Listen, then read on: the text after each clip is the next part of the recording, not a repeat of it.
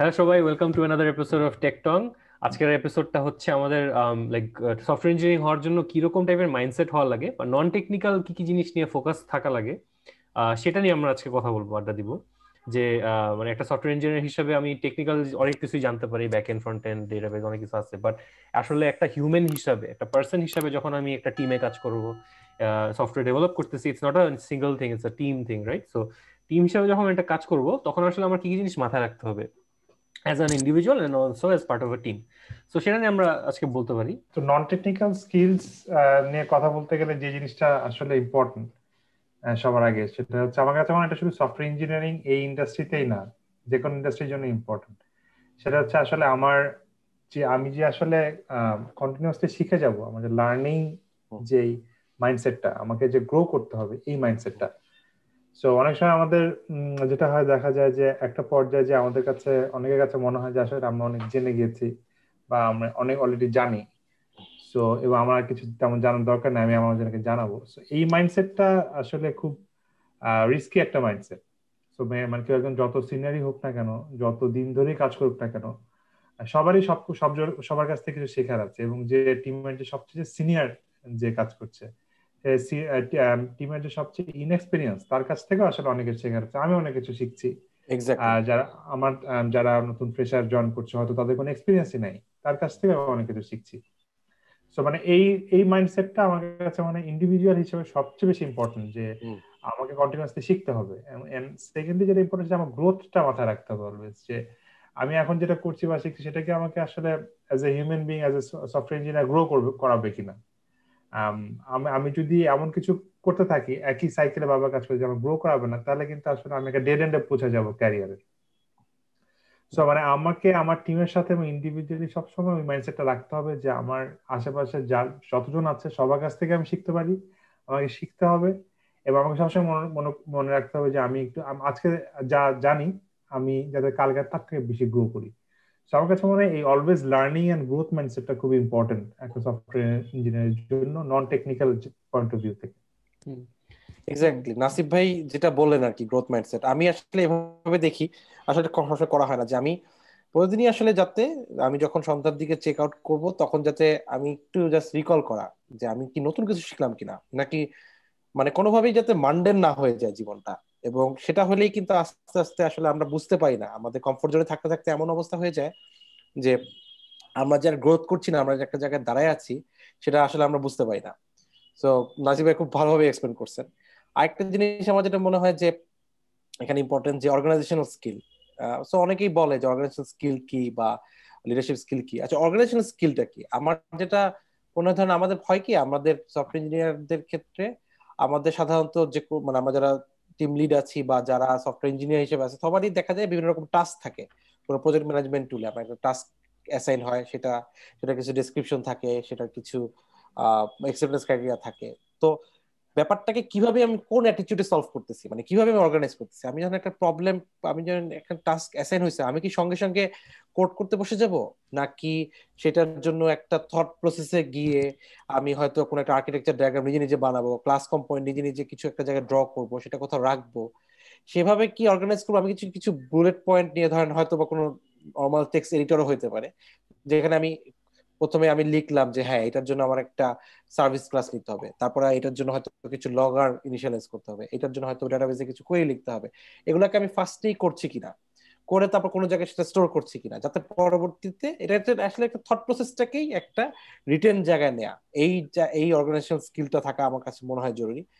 অনেক ক্ষেত্রে যেটা হয় যে আমরা অনেক সময় আর এন ডি করে পেয়ে যাই, শেষ করে ফেলি। এটা না করে যাতে আর এন ডি যেটা করি, সেটা যাতে একটা প্রপার ডকুমেন্ট মেনটেন করি। আচ্ছা, কোনো আমি একটা ডকুমেন্ট টেকনিক্যাল করলাম, ডিসিশন, সবই করলাম। কোনো একটা টেকনিক্যাল ডিসিশন নেওয়ার পিছে হয়তো বা মাল্টিপল রিজন থাকতে পারে, যেগুলো হচ্ছে লেটস সে পরে একজনকে এক্স্যাক্টলি। এক্সপ্লেইন করতে গেলে হয়তো বা মানে make not always be clear. তো যেগুলো যাতে আমরা আসলে এক্স্যাক্টলি। ডকুমেন্ট, কোথাও জিনিসটা ডকুমেন্ট করে রাখতে পারি, অথবা কোনো একটা আর্কিটেকচার নিয়ে যখন আমরা কাজ করতেছি, যেখানে হচ্ছে মাল্টিপল হ্যাঁ। কম্পোনেন্টস আছে, সো কোনটা কার সাথে কিভাবে কথা বলবে, এক্সচেঞ্জটা যদি এভিডেন্ট না হয় বা ইয়ে না হয়, তো সেগুলো এভিডেন্ট তো অনেক সময় হয় না, বিকজ ডকুমেন্টেশন যদি ওভাবে না থাকে, বাট অ্যাটলিস্ট হাই লেভেল থেকে যাতে আমার একটা ডকুমেন্ট থাকে যে আসলে এরকম তিনটা বক্স আছে, হ্যাঁ, তিনটা বক্স তিনজনের সাথে কেমনে কথা বলে। এখন যেখানে একটু অ্যাড করতে চাই, যেটা হচ্ছে যে অনেক ক্ষেত্রে যেটা হয় যে আমি ডকুমেন্ট করলাম, কিন্তু কোম্পানির বা আমরা যে কোম্পানিতে চাকরি করি বা যে কোম্পানিতে আছি সেই কোম্পানিতে ওভারঅল ডকুমেন্টেশন স্ট্র্যাটেজি নাই বা নাই। সেক্ষেত্রে যেটা করতে হবে, প্রোঅ্যাক্টিভলি নিজেই হয়তো বা আমি আমার ডকুমেন্ট, আমি আমার টিম লিড বা আমি আমার ক্লায়েন্টকে বলবো যে দেখো আমি এইভাবে আমাদের প্রজেক্টের ভিতরে আর্কিটেকচার ডায়াগ্রাম এর মধ্যে আর্কিটেকচার ডায়াগ্রাম রাখছি, স্ক্রিপ্টস মানে অন্যান্য রিকোয়ারমেন্টস এর ভিতরে রাখছি, CIC related document CIC related document ফোল্ডারের ভিতরে রাখছি, এভাবে রাখছি। আমরা যদি গোয়িং ফরওয়ার্ড এভাবে যাই তাহলে মনে হয় ভালো হয়। তার মানে কি আমি আমার অর্গানাইজেশন স্কিলটা আমি নিজে করছি এবং কোম্পানিকেও অ্যাডার করার জন্য চেষ্টা করে যাচ্ছি। তো এটাও মনে হয় আমার মনে হয় জরুরি, কারণ অনেক ক্ষেত্রেই হয় মানে স্যাডলি যে আমি নিজে হয়তো অর্গানাইজেশনাল হয়, আমি নিজে হয়তো বা করি কিন্তু কোম্পানি হয়তো করে না। সেক্ষেত্রে যাতে আমি কোম্পানিকে অ্যাটলিস্ট জিনিসটাকে পুশ করতে পারি। রাইট, এটা তো হেল্প করে ডেফিনেটলি, মানে ইন দ্য লং রান যে এক্স্যাক্টলি। এবং নলেজ শেয়ারিং এর জন্য এটা খুব ইম্পর্টেন্ট, বিকজ নলেজ তো আসলে একজনের কাছে থাকে না, it's to share with others. So ডকুমেন্টেশনটা বা অর্গানাইজিং ইনফরমেশনটা আসলে খুব ইম্পর্টেন্ট পড়ে যায় ওই কারণে, specially in like fast moving or growing teams or in any case. So এটার সাথে মানে আরেকটা জিনিস হচ্ছে যে বলা যেতে পারে যে like attitude, like when we are talking about মানে কোনো আমরা মানে as dealing with people and also with dealing with problems. আমরা যখন কোনো প্রবলেম সলভ করতে যাই তখন আমাদের আসলে অ্যাজ আ ইঞ্জিনিয়ার বা অ্যাজ আ পার্সন আমাদের অ্যাটিটিউড কিরকম হওয়া উচিত। সো ইদার আমরা হচ্ছে দেখে হঠাৎ করে যেটা সেভাবে বলতে হঠাৎ করে তাড়াতাড়ি আমরা কাজ শুরু করে দিলাম তা না। সো হয়তো বা একটা অ্যাটিটিউড হতে পারে যে will take a step back and say আচ্ছা ঠিক আছে হোয়াট, মানে জিনিসটা প্যানিকও করা বা আবার তাড়াহুড়া করে করা বা আস্তে আস্তে করা, মানে এটা হচ্ছে প্রপার অ্যাটিটিউডটা হচ্ছে more so thinking of the problem যে I'm trying to solve this problem and what's the bigger picture here, like আমাদের মানে what problem, মানে প্রবলেমটা আসলে কি এবং কেন প্রবলেমটা এক্সিস্ট করে, আন্ডারলাইং কজ গুলা কি, রুট কজ গুলা কি, রুট কজ অ্যানালিসিস বলে অনেক সময়। সো ওই জিনিসটা একটু চিন্তা করা এবং sort of tackling that in a more like calm and clear headed way. So not panicking or not thinking যে আসলে কুইক ফিক্স বা কি করা যেতে পারে, বা মানে ইঞ্জিনিয়ার হিসেবে আমাদের যে অভ্যাস হয়তো আমরা হয়তো বা কোড করতেই পছন্দ করি, so code is the first thing we think of, but অনেক সময় হয়তো বা দেখা যায় যে code is the last thing we do, which should do actually. So এটা একটা জিনিস প্রবলেম সলভিং দিক দিয়ে। আরেকটা হচ্ছে যে মানে when it comes to attitude for towards coworkers and towards people, so এটা হচ্ছে like we should always strive to be positive in terms of our attitude, যে ধরেন কোনো কোড রিভিউর সময় আসলে আমাদের কারো প্রতি অ্যাটিটিউড হচ্ছে নেগেটিভ হওয়া উচিত না, because we are always again first point হচ্ছে অলওয়েজ লার্নিং, রাইট? সো সবাই সব সময় শিখতেছে, মেবি এমন হতে পারে যে আমি অন্যদের কাছ থেকে ডেফিনেটলি অলওয়েজ শিখবো এবং সে আমার কাছ থেকে একটা শিখবে। So we should always foster that culture যে আসলে অ্যাটিটিউডটা যাতে পজিটিভ হয়, যাতে হচ্ছে লার্নিং ইনডুসিভ হয় বা কন্ডুসিভ হয়। আচ্ছা, সাব্বির ভাই যেটা বলছিলেন যে সেটার সাথে আমি আসলে একটা পার্সোনাল এক্সপেরিয়েন্স শেয়ার করতে চাই, যে অ্যাটিটিউড বা কোনো একটা প্রবলেম হলে প্যানিক করা যে যাবে না।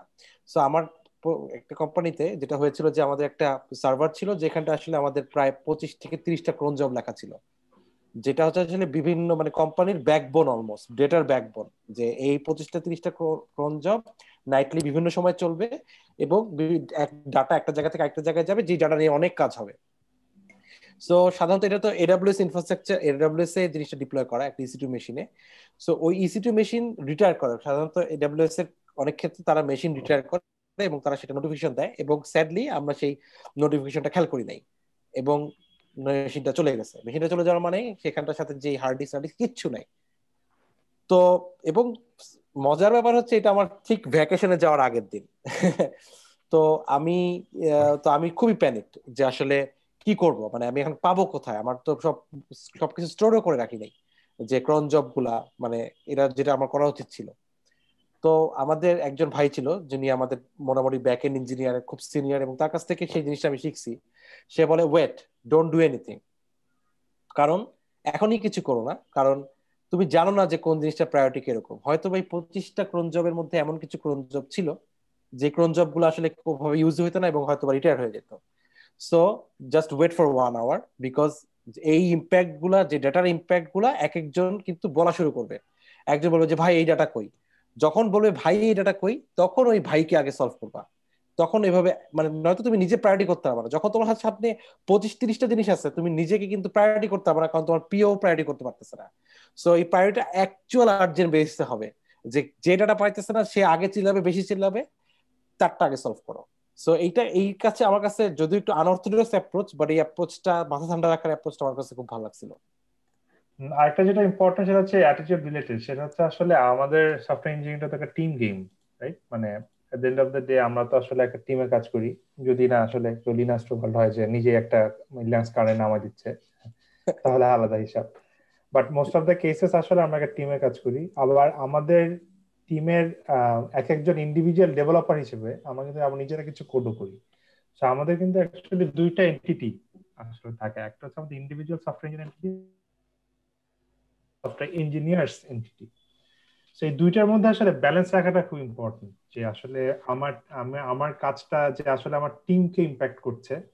আমি কোনো কিছু ডেডলাইন যদি আসলে মিট করতে না পারি, সেটার জন্য আমার টিম রেসপন্সিবল হবে।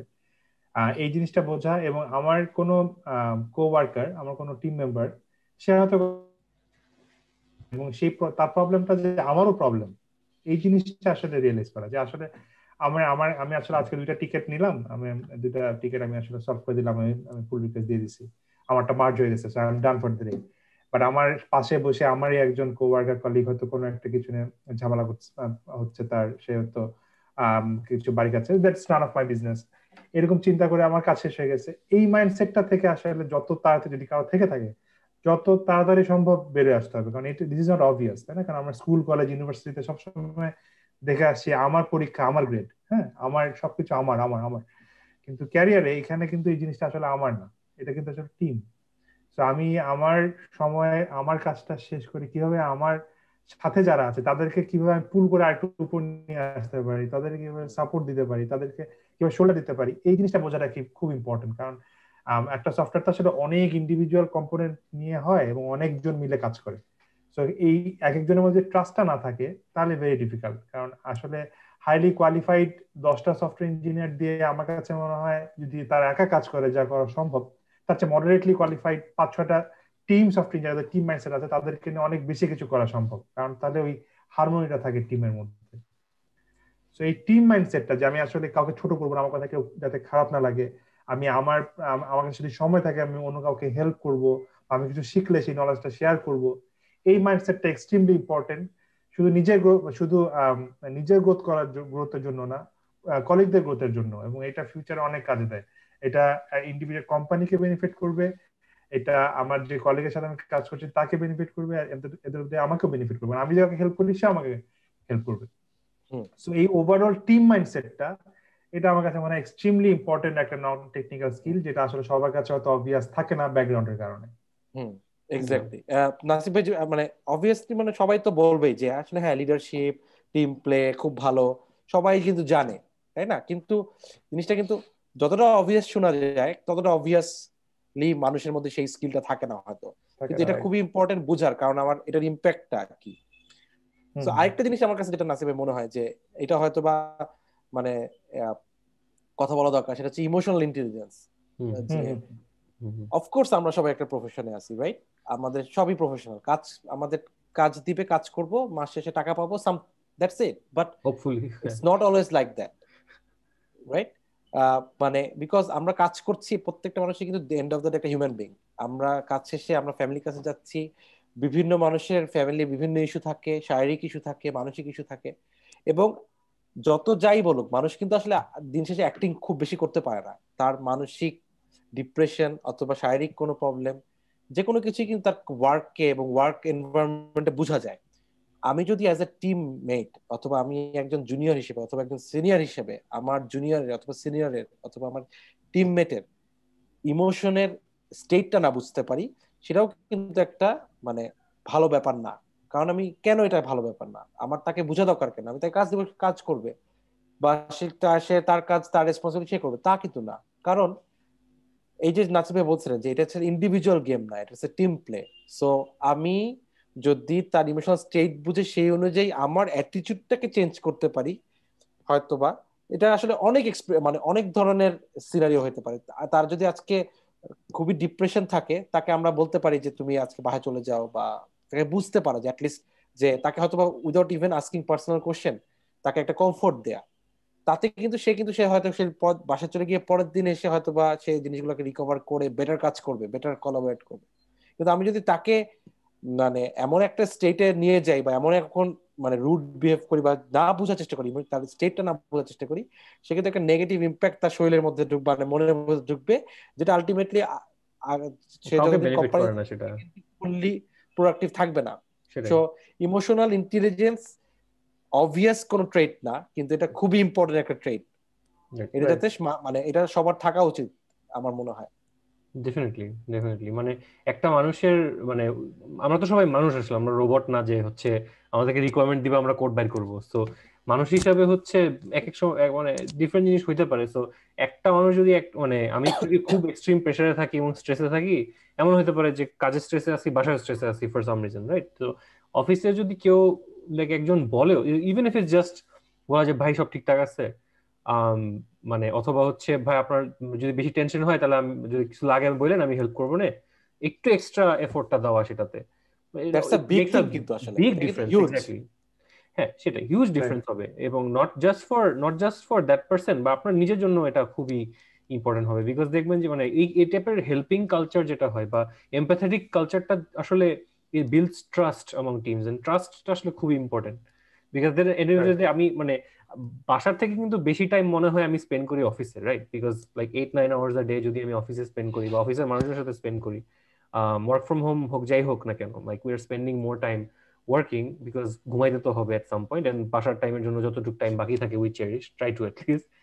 So the least we can do is try to be empathetic towards others, because সবাই আসলে একই প্যারার মধ্যে আছে, সবাই একই জিনিসের মধ্যে, টিমের মধ্যে আছে, কাজ করতেছে, স্ট্রেসে আছে, but they also have their own stuff going on. So এটাই আর কি, এটা থাকাটা it builds trust, it builds empathy, যে মানে এটা মানে এবং এনকারেজ করে যে ও আচ্ছা ঠিক আছে আমরা আসলে টিমের মধ্যে আছি, এটা এফোর্টটা দেওয়ার জন্য কিন্তু এনকারেজ করে। এবং performance is known to improve in that case. Like আমাদের লাইক শারীরিক মানসিকের হেলথের সাথে তো ডেফিনেটলি পারফরমেন্স একটা রিলেশনশিপ আছে। অ্যাজ আ পার্সন যদি আমি সাপোর্ট করতে পারি আমার কলিগকে to a certain extent, obviously professionalism and এইসব তো আছেই, but as long as we are মানে maintaining that layer of empathy and not saying যে আচ্ছা দূর মানে তোমার বাসায় প্রবলেম হয়েছে তো আমার কি সমস্যা, right? So as long as we have that mindset যে আসলে সবাই মানুষ, মানুষের প্রবলেম থাকতেই পারে, so let's just try to help each other as much as we can. হ্যাঁ, মানে আবার অনেকেই অনেক দুষ্টু ছেলেরা কিন্তু আবার এটা চিন্তা করে আবার প্রফেশনাল বাউন্ডারি বাদ দিয়ে সবাইকে খালি না বাউন্ডারি থাকতে হবে, ক্লিয়ার বাউন্ডারি থাকতে হবে, ভালো আছেন কি বক্সের বাউন্ডারিটা যদি সেটাই। মানে ওখানে কিন্তু একটা জায়গায় কাহিনী করে ফেলো, পরে বলবো ভাই টেকটং এর এই ভিডিওতে ওরা বলছিল যে না করা যাবে না, মানে এইজন্য ভাই আপনাকে জিজ্ঞেস করছি, এরকম করো না।